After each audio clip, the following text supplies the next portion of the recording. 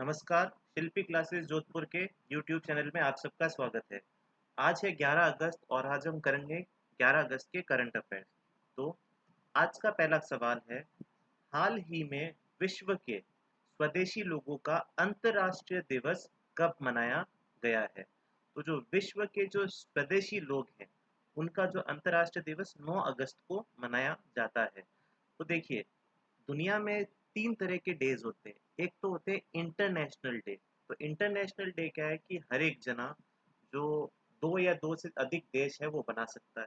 एक होता है वर्ल्ड डे, जो कि पूरा वर्ल्ड यानी कि सारे के सारे देश बनाते हैं। और एक होता है नेशनल डे, जैसे कि इंडिया है तो इंडिया एक देश है, तो इंडिया के अंदर का दिवस। इस तरह से 3 तरह के देश होते हैं। तो जो फर्स्ट वाला क्वेश्चन है, स्वदेशी लोगों का अंतर्राष्ट्रीय दिवस 9 अगस्त को मनाया जाता है, जो कि इंटरनेशनली एक्सेप्टेबल है। अगला क्वेश्चन नंबर 2 है आज का, हाल ही में प्रधानमंत्री मोदी ने स्वच्छ भारत मिशन पर किस इंटरैक्टिव अनुभव केंद्र का उद्घाटन किया है? तो इसका आंसर है राष्ट्रीय स्वच्छता केंद्र। तो देखिए, प्रधानमंत्री ने किया है, तो अपन सबको लगता है कि प्रधानमंत्री से आंसर होना चाहिए, लेकिन नहीं। इसका आंसर है राष्ट्रीय स्वच्छता केंद्र। वापस से एक बार देख लेते हैं। स्वच्छ भारत मिशन का पर इंटरैक्टिव अनुभव केंद्र का नाम है राष्ट्रीय स्वच्छता केंद्र, जो कि किसने स्टार्ट किया है? मिस्टर नरेंद्र मोदी जी ने। चलिए, नेक्स्ट क्वेश्चन आज का है, हाल ही में आरबीआई ने बैंकों को सोने के मूल्य का कितने प्रतिशत तक लोन देने की घोषणा की है? तो आरबीआई ने जो बैंकों को लोन देता है, इसको क्या कहा जाता है? Reverse repo rate. ठीक है, रेपो रेट कहा जाता है। जो आरबीआई जो बैंकों को देती है वो होता है रेपो रेट। अब देखिए, अगर मार्केट में फ्लो नहीं है तो क्या दिखता है सबको? सोना। तो जब अपन सोने की बात करते हैं यानी कि फॉरेक्स रिजर्व की बात करते हैं, तो आरबीआई दूसरे बैंकों को सोने का 90% मूल्य देगी। पहले ये कितना था? 75% था, अब कितना हो गया है? 90% हो गया है।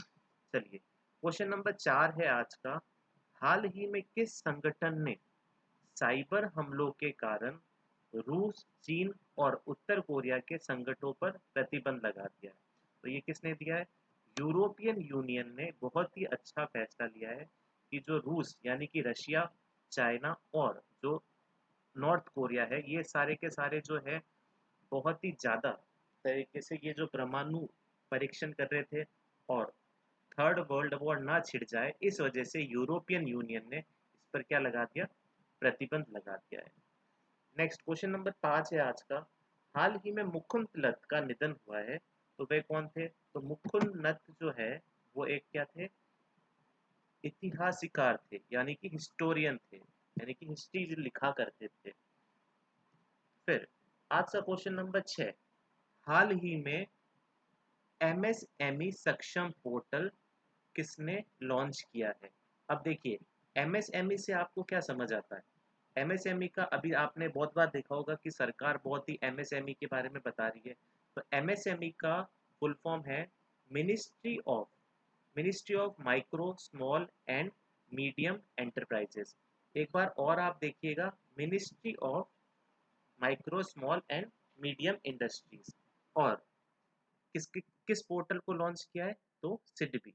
अब सिडबी के बारे में जान लेते हैं। तो सिडबी का फुल फॉर्म है small industries development bank of India. जिसकी शुरुआत कब हुई? 1990 में। और इसका हेडक्वार्टर कहाँ पे है? लखनऊ के अंदर। लखनऊ जैसे कि आप सबको पता है यूपी की राजधानी है। और जो लखनऊ कौन सी नदी पे है? गोमती नदी पे स्थित है। फिर आज का 7वां क्वेश्चन है, हाल ही में बीसीसीआई ने किस कंपनी के साथ स्पॉन्सरशिप सौदा स्थगित किया है? अच्छा, अब स्थगित का मतलब क्या होता है कि पूरा का पूरा एग्रीमेंट खत्म कर दिया है। तो सबसे पहले तो बीसीसीआई का फुल फॉर्म जान लेते हैं। तो बीसीसीआई का फुल फॉर्म है board of control for cricket in India. देखिए, सी का मतलब अपन क्रिकेट तो मानते हैं, लेकिन अगर बीसीसीआई के अंदर से अगर सेकंड वाला सी का अगर अपन से पूछें, तो इसका होता है कंट्रोल, ना कि काउंसिल। अब तो जो बीसीसीआई ने अपनी जो स्पॉन्सरशिप सौदा है वो वीवो से स्थगित कर दिया है। क्यों? क्योंकि जो वीवो है ये कौन सी कंपनी है, चाइनीज कंपनी। और जो इंडिया की जितनी भी चीजें हैं वो क्या कर रहे हैं, बॉयकॉट कर रहे हैं चाइना को। चलिए, आज का क्वेश्चन नंबर 8। हाल ही में भारत का पहला हिम तेंदुआ संरक्षक केंद्र कहाँ खोला गया है? तो ये उत्तराखंड में खोला गया है। अब उत्तराखंड से थोड़ा सा जान लेते हैं। उत्तराखंड की कैपिटल है दो। सबसे पहली कैपिटल तो है जो कि अपन को पता है, देहरादून। और अप्रैल 2020 में समर कैपिटल बनाई गई है गैरसैंण को। तो उत्तराखंड की अब दो कैपिटल। फिर देखिए, कोरोना वायरस पोर्टल, जिसका नाम था दृष्टि, जो कि सटीक जानकारी देने के लिए लॉन्च किया था उत्तराखंड गवर्नमेंट ने। और बहुत ही इंपॉर्टेंट चीज, बेरोजगार युवाओं के लिए होप पोर्टल भी उत्तराखंड ने लॉन्च किया। और भारत का पहला लाइकेन पार्क कहाँ खोला गया है, उत्तराखंड। चलिए, आज का क्वेश्चन नंबर 9 है। हाल ही में किस देश ने तुर्की के यानी कि टर्की के सांसद को अपना प्रतिष्ठित पुरस्कार देने की घोषणा की है? तो इसका आंसर है पाकिस्तान। इस बार भारत नहीं है, इस बार क्या है, पाकिस्तान। कि टर्की और पाकिस्तान की जो फ्रेंडशिप है बहुत ही ज्यादा बढ़ रही है। Question number 10, very very very important. हाल ही में जारी फ्यूचर ब्रांड सूचकांक यानी कि फ्यूचर ब्रांड इंडेक्स 2020 में कौन सबसे शीघ्र पर रहा है? तो इसका आंसर है एप्पल। और एप्पल का मतलब क्या है, एप्पल फोन। फिर क्वेश्चन नंबर 11 है आज का। हाल ही में किस राज्य सरकार ने न्यायिक सेवा में अधिक पिछड़े वर्ग को 5% आरक्षण देने की घोषणा की है? तो देखिए, ओबीसी कैटेगरी वाले को कम से कम 30% तो था ही, लेकिन राजस्थान गवर्नमेंट ने एक्स्ट्रा 5% दिया है। राजस्थान के बारे में बात की जाए तो राजस्थान की कैपिटल क्या है, जयपुर। राजस्थान की सियासत को लेके बहुत ही बड़ा जो हंगामा चल रहा है मिस्टर अशोक गहलोत और जो कि एक और सचिन पायलट थे इनके बीच में। तो ऐसा भी हो सकता है कि बीजेपी आ जाए। और आप सबको पता ही है पिछले 20 दिनों से अशोक गहलोत और उनके जितने भी एमपी एमएलए हैं वो कहाँ पे हैं, जैसलमेर के अंदर।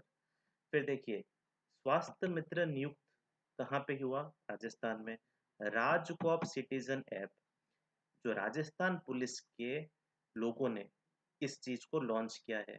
Smile e learning platform students के लिए। और आयु एवं सेहत साथी ऐप, जो कि आप घर बैठे बैठे डॉक्टर से कंसल्ट कर सकते हैं, वो भी बिल्कुल मुफ्त में।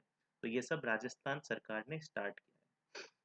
फिर आज का क्वेश्चन नंबर 12 है। हाल ही में NHAI ने किस आईआईटी के साथ समझौता किया है? सबसे पहले तो NHAI का फुल फॉर्म जान लेते हैं, national highway authority of India. और आईआईटी का फुल फॉर्म आप सब जानते ही है, इंडियन इंस्टीट्यूट ऑफ टेक्नोलॉजी। तो NHI ने अभी एग्रीमेंट किसके साथ किया है, आईआईटी दिल्ली के साथ में किया है। फिर क्वेश्चन नंबर 13 है आज का। हाल ही में making sense of Indian democracy नामक पुस्तक किसने लिखी है?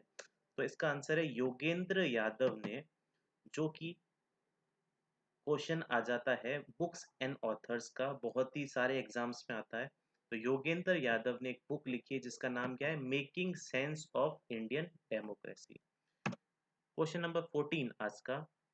हाल ही में 400 बेड के कोविड समर्पित अस्पताल का उद्घाटन कहाँ किया है? तो इसका आंसर है नोएडा, जो कि एनसीआर यानी कि नेशनल कैपिटल रीजन के अंदर नोएडा है। वहाँ पे 400 बेड के कोविड समर्पित अस्पताल का उद्घाटन किया है। तो आज के लिए इतना ही। Thank you. लाइक और शेयर करें और इस चैनल को सब्सक्राइब करें।